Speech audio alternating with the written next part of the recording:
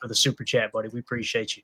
All right, Jacob, let's jump into let's start with the defense. Does that sound good to you, man, since they were kind of the highlight of the day?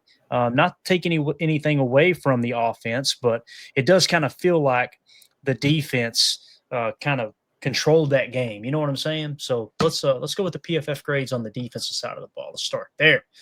At the top of the list, this makes me so happy, man.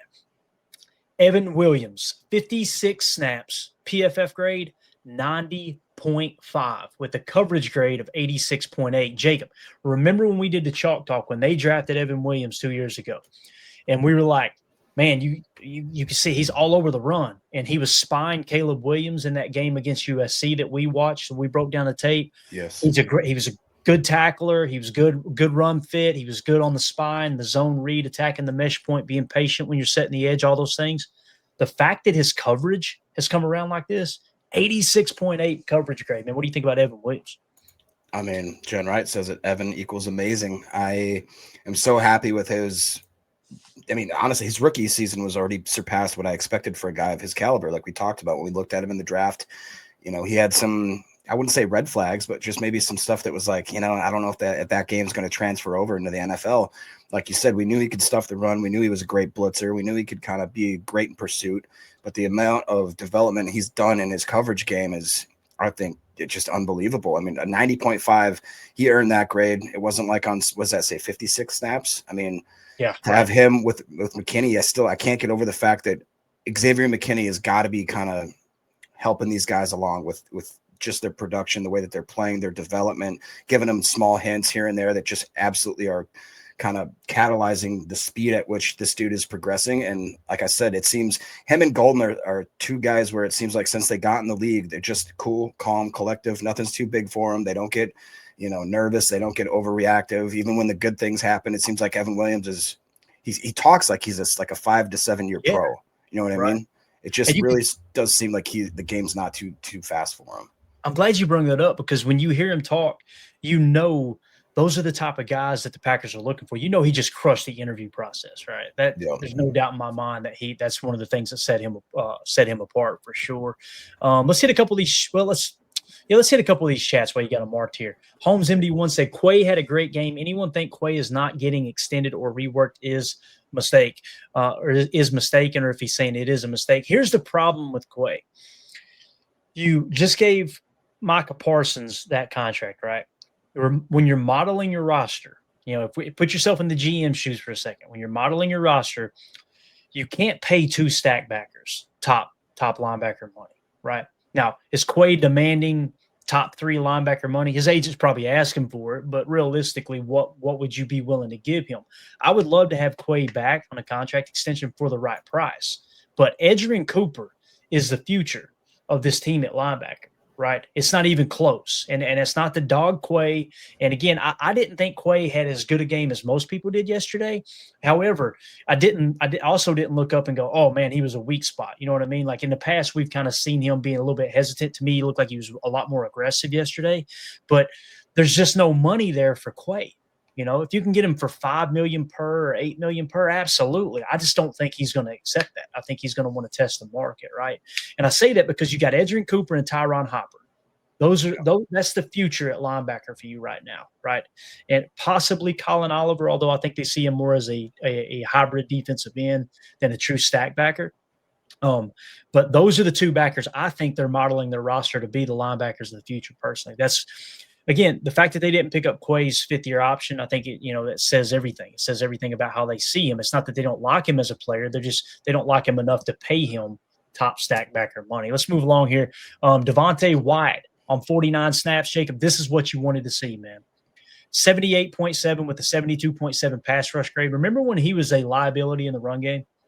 Well, run defense, 69.4, tackle grade, 69.6. He seems to be cleaning it up, man. There is your 3-tech. Now, we just got through talking about Quay, right? We did hit Devontae Wyatt with the 5th-year option. Now, again, not to pile on, look where Quay's at down here. 57.8 PFF grade. Look at Devontae Wyatt, 78.7. Once again, I don't think PFF is everything. However, more times than not, you look up and go, well, PFF's grades are lining up with where teams are spending money. And it's very rare that you get a player that's grading out in the 50s and they get a huge contract. You know what I mean? Yeah, definitely. And like you said, I mean, that run defense grade 69.4, that's better than any other player on the sheet that I can see right now. So Yep. he literally went from being one of our biggest liabilities to being the best run defense grade that we have, at least for week 1. So, like you said, man, the progression, I think that we've talked about it for years now. It's crazy. We've had this podcast for years. And if we were to have these guys take steps, guys like Wooden, guys like Brooks, guys like Wyatt, some guys, maybe a lot of Packer fans have almost, I don't want to say written off completely, but just kind of think that they know what their ceiling is. Well, here we are. We're kicking the door open, and all of a sudden it seems like these guys are kind of pushing their all their ceilings up 5 to 10, 15 points. You know what I mean? So it's just kind of crazy to think that if this is the right time, that window of the Super Bowl window is open, this could be the exact right kind of perfect storm to have us kind of catapult through into the rest of the season. And again, it's week 1. I got to take a step back and chill, but there's just, it's something, tell me if I'm wrong in the chat, guys, something feels different. Yeah. It really does. Ever since Ryan did that kind of podcast, when he just, Ryan's not a very feely, emotional guy, but even he was like, there's something going on. There's something, it's just, you can't really, it's not tangible, but you can feel it. I really do think that that's true. It feels like there's a 3-year window opens, what it feels like, man. Nice little breeze blowing through, you know what I mean? H.E. Solder says, any worries about the volume of Wyatt, Wooden, and Brooks snap counts? It's a long season. I'm not worried about it right now, Solder. Now's the time to test that, right, early in the season. As wear and tear starts to take shape or take effect on these players and the season goes along, that's where you want to get into, all right, let's try to manage the reps. But you got the reigning NFC North defending champion there in Lambeau, week 1, turn them loose. You know what I mean? And then let's reset. Let's kind of recalibrate because we got another tough game coming up this Thursday with Jacob. Many people were saying Packers going to start 0-2. Packers going to start 0-2. If they start 1-1, hey, that's a nice little split of those first 2 games. If they go out and beat the Commanders on Thursday, look out, bro. Look out. This might be a special year like you're talking about. And I'm hearing a lot of people say this kind of feels like the 96 Packers is what I was hearing today, which is really, really exciting. I love my 2010, 2011 Packers, but 96, man, that was a fun team to go back and learn about and watch, the old replays and everything for sure. So next on the list, Edgerrin Cooper, 67 snaps, 77.6. He had a 72 coverage grade, a 73.6 pass rush grade, tackle grade of 57, run defense grade of 68. Edgerrin Cooper was just all over the freaking field. Love the way that dude plays the game, man. Obviously, the 2 stack backers, they both played 67 snaps. As Quay Walker had a 57.8, Edgerrin Cooper a 77.6. Another example here of, I think Edgerrin Cooper is your stack backer. That's the guy you want to build the defense around in terms of the linebacker room. That makes sense. So next you got Carrington Valentine. All 67 snaps he played, 72.6, 75.8. Jacob, we talked about it all offseason, man. Carrington Valentine was so freaking underrated coming into this game or coming into this season. And we talked about how he was better than Jair Alexander last year, not by PFF's grade standards, but statistically, when you're talking about passer rating when targeted, all those important metrics. Yeah, I was very impressed with Valentine yesterday. Talk about another guy that's maybe taken a step, raised his ceiling. And I was proud of him more because he seemed like when it was kind of an emotional, chippy game, he seemed like he had some cool and collective type stuff. He wasn't letting him say, because he's an emotional guy. He likes to talk smack. Yeah, I saw him definitely chewing some ear for a few different plays kind of thing. But it just, again, it seemed like that the moment wasn't too big for him. Every time that I saw him, I feel like that, he did his job very, very well. Obviously, PFF agreed here. Just another guy that, like you said, very underrated, still a very young guy, if I'm not mistaken. And just think about that he's another guy that fits perfectly in that Super Bowl window, man. Because if we can have at least one of those border corners, what did you think about Keyshawn Nixon? I mean, obviously he's going to be up there close, but I don't remember seeing anything where I was like, oh, he blew a play or anything like that. Just right. It's one of those things at cornerback that outside of interceptions, you don't want to hear their name. You know what I mean? And they had a pretty good night. So, yeah, I thought Keyshawn played pretty good based off what I seen. Now, I wasn't keyed in on him as much as I was the mugging, the defense, the line of scrimmage, that type of stuff on defense. I wanted to see how Hafley was utilizing these guys together and who was on the field when sacks were actually taking place and all that. But Coach Lynn says, can we talk about Jai getting cooked last night? Coach, you know me, and I know you're the same way, man. I don't want to pile onto a player just because they're no longer playing for the Packers. But this doesn't surprise me because this happened last year. Like, he gave up 2 touchdowns last year. And anytime, he was one that was screaming he wanted to follow the number 1. Well, he followed was it AJ Brown? Is that his name? What's his name for the Philadelphia Eagles? Is it AJ Brown? Yeah. Brown? Yeah. Followed him in week 1. He got absolutely cooked, right?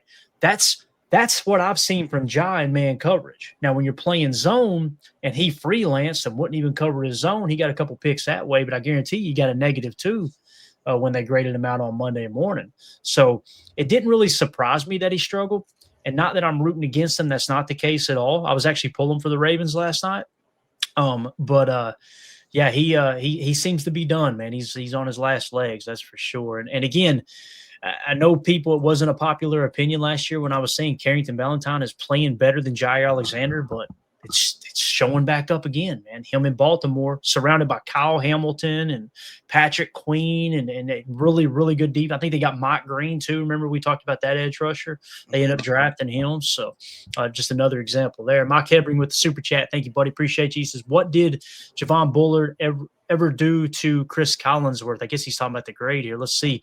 44.7 for Javon Bullard. Again, I didn't. Now didn't he get beat deep though? I remember there was one play that he got. I think Amon-Ra got him a couple times, but yeah. And that's a tough task too, man, to cover Amon-Ra St. Brown. And I felt like, generally speaking, like just globally looking at the game and how it turned out, I thought, hey, what else could you ask for from Javon Bullard? However, he did get beat deep. So his coverage grade was a 47.4. You had a tackle grade of 52.5, a run defense grade of 45.1. And I'm not sure if he had any penalties or not there, but we don't have it pulled up right now. But yeah, I don't, if what you're insinuating, Mike, is PFF doesn't like Javon Bullard, they're picking on him. I don't agree with that. Listen, Bullard, Jacob, you were the president of the Javon Bullard fan club, right? Like we always joked about that. And you turned us on to him, and lo and behold, we drafted him, and we all got excited about it. Do you think he's lived up to the expectations of a second-round pick yet? Not yet, no. But like Coach said, he showed up in the run game. I personally watched him last night and thought, this is the kind of guy that I wanted to draft. Like he seemed aggressive, seemed like that he was just not going to be pushed around. And that's just more, I'm more willing to give a cornerback a little more leeway if they're just playing physical, because I'm just so sick of, there was a couple, like maybe 1 or 2 plays that I saw where I think it was Keyshawn Nixon, where the running back broke out around the right side, and he did that thing where he stopped and waited for the running back to come get him. I don't see Bullard doing that. I see him always taking an angle, throwing his head down, throwing his body at the guy, a human meat missile, if you will. And that to me, like I said, I'll give a cornerback a lot of leeway if he's willing to actually throw his head in there. And I've seen improvement from him. I definitely have seen improvement from Bullard. Is he perfect? No. Is he where I want him to be right now for a second rounder? No. But that's where I'm at. Yeah. I'm not ready to write him off either. It's just, to this point, if somebody said, all right, was it worth the second or not? I can't say yes. I'm sorry. I just can't at this point, but it's still early. So it shows him as a slot corner, but I did hear multiple times, and you can see it on the tape, that when they went to their base defense, they brung Evan Williams off the field, I believe, and left Javon Bullard on there, if I remember correctly. So that's how you end up with 59 snaps for Bullard and only 56 for Evan Williams. So the few times they were in their base defense, they actually pulled Evan and put Bullard. I don't like that. I personally would rather Bullard keep Evan Williams' ass on the field every snap that unless he needs a breather, keep him on the field and let Javon Bullard be your slot defender. That'll keep Bullard healthy, and that gives you more opportunities, I think, with Evan Williams, who obviously balled out yesterday. You had another comment here. Greg Rice says, it's really cool that Micah has such high hopes for LVN. I caught on to that too, Greg. And here's a little – and listen, I don't have any inside sources. I'm just kind of putting two and two together. It sounded like Lucas Van Ness was not available for the media since they traded for Micah Parsons. And you can say, oh, well, we're reading too much into that. Maybe that's the case, right? But it could also be he was upset about that. Like, man, I'm finally getting my chance now that Preston's gone, and he's shown. Like, again, I'm not surprised that he had success yesterday. LV, and he had a 68.7 PFF grade, tackle grade of 73.9. Actually, had a coverage grade of 72 too when they played him at Joker and dropped him back when he was mugging the B gap. That made chalk talk. Really, really cool play on third down there. But when you kind of look at how he was poised to step into this role. Now you trade for Mike, and it's like, damn, now I'm right back behind Gary. I'm right back behind Mike. He's not getting those opportunities. I can understand why he would be upset. And again, no one has said he was upset. He just wasn't available for the media after Micah was traded for. And what did Micah do? He came in and immediately started building LVN up. I personally think, this is me, and you guys know I love Rashawn Gary, and Rashawn Gary balled out. Rashawn Gary played better than Micah Parsons yesterday. I don't care what anybody says. The dude was, what do you have, 8 tackles? 8 tackles at defensive line is insane. Like, his run stop percentage is already on pace to surpass where he was last year. And then you ended up with a sack and a half as well. Again, that 1.5 sacks with Micah Parsons not even on the field, right? Which is really exciting to think about when they put him out there more consistently together. So, but if you get past this year, you look up at the end of this year and you feel like LVN played on the level of Gary, there's a decision to be made on Gary next year. Because again, just like we're modeling the roster, talking about what's going to happen with Quay Walker at middle linebacker, and they probably won't re-sign him. You got a decision to make with Gary, and that's going to determine how aggressive you are with him trying to get his cap number down next year, try to get him to take a pay cut just like he did Preston Smith. So I don't know if you got anything to add to that, but I just seen the comment and figured we'd mention LVN there. No, I mean, it makes sense. Like you said, I didn't know that he has not made himself available for media still since the trade is what since the trade. Yeah.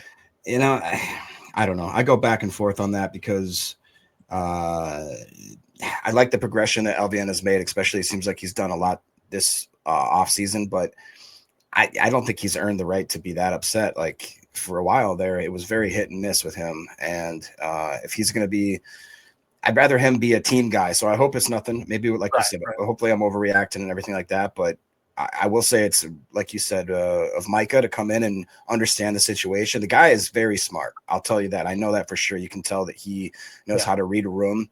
And like you said, when you're a leader and you come in, the first thing you want to do is build up guys that maybe, quote unquote, I don't want to say you're inferior or anything like that, but let's be honest. I mean, like the depth chart, Micah Parsons is going to be the alpha dog, right? So he knows that maybe he's got to put his take LVN under his wing and kind of just show him the ropes. If that's the case, then LVN should be thanking his lucky stars that he has a mentor that is of the caliber that Micah Parsons is. So, if LVN feels a certain type of way, get over it.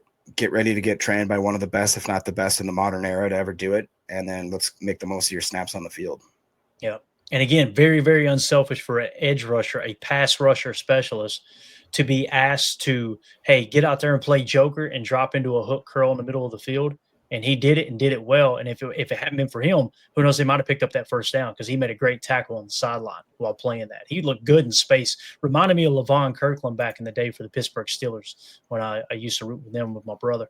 United Base says Micah's post-game presser was great. He included everyone. A lot of we talk. Yes. You could just tell he's very, very thankful that he's in Green Bay. Let's round out the rest of these PFF grades, Jacob. Keyshawn Nixon, pretty darn good day, 66.9. Rashawn Gary finished with a 66.2. Once again, the tackle grade, 75.4. Run defense grade of 69.1. Had a pass rush grade of 59.2, which is hilarious. PFF said, I know you led the team in sacks, but your pass rush was not good. I would never understand it. I wish they would show us why he graded out so bad there. Micah Parsons right behind Gary with a 66.0. He had a pass rush grade of 73.9, tackle grade of 69.2, and a run defense grade of 59.9, which is kind of on par for his career. We talk about him kind of grading out in the 60s in terms of run defense, so he's right on the cusp of that. Kobe Wooden with 35 snaps, 64.0 PFF grade, had a pass rush grade of 62.6, tackle grade of 38.9, and a run defense grade of 60.9. Tyron Hopper only played 1 snap. Jacob, that's crazy. Did he get hurt or something? Is there something I missed there? I don't think so. I think it's just McDuffie, but maybe McDuffie didn't play that many. Only 18 for McDuffie. I mean, but you look at Quay 67, and then Edge with, is that 67? So I mean, that was that's what's going on there. Yeah. Yeah, man, that's crazy. I just thought that, like you said, Tyron would at least get a few more snaps there, but that's another thing that it's a double-edged sword and everything. I couldn't help but look for my boy Brenton Cox Jr. and he only had 8 snaps, which to me, even compared to Kingsley's 21, like that was very shocking to me. And it's again the double-edged sword of you've got 3 top-tier edges with Parsons, Gary, and LVN. You add in a guy like Kingsley, you add in a guy like Sorrell that you spent draft capital on. All of a sudden, Cox is kind of getting lost in the mix there, and I don't quite like that. I want to see more of Brenton. No, I understand that completely, man. I do. So again, Respect Order says Cox got injured. I'm not. Is that true? I hope not. Oh boy. I think I do remember hearing somebody call that out on Twitter. Yeah, I think he might have left with an injury. Jay, there was somebody else that got injured too. I'm trying to think other than Zach Tom, which I don't think we have an update there. If anybody has an update on Zach Tom, throw it in the comments. So again, there's your PFF defensive grade. McKinney had a rough day, 54.7. However, his tackle grade was an 83.1. Keep in mind, he had the personal foul penalty, and you also had who was it? Another one, Javon Bullard had a penalty as well, if I remember correctly. Everybody's saying it's a groin. Sounds like Cox had a groin injury. A surprise.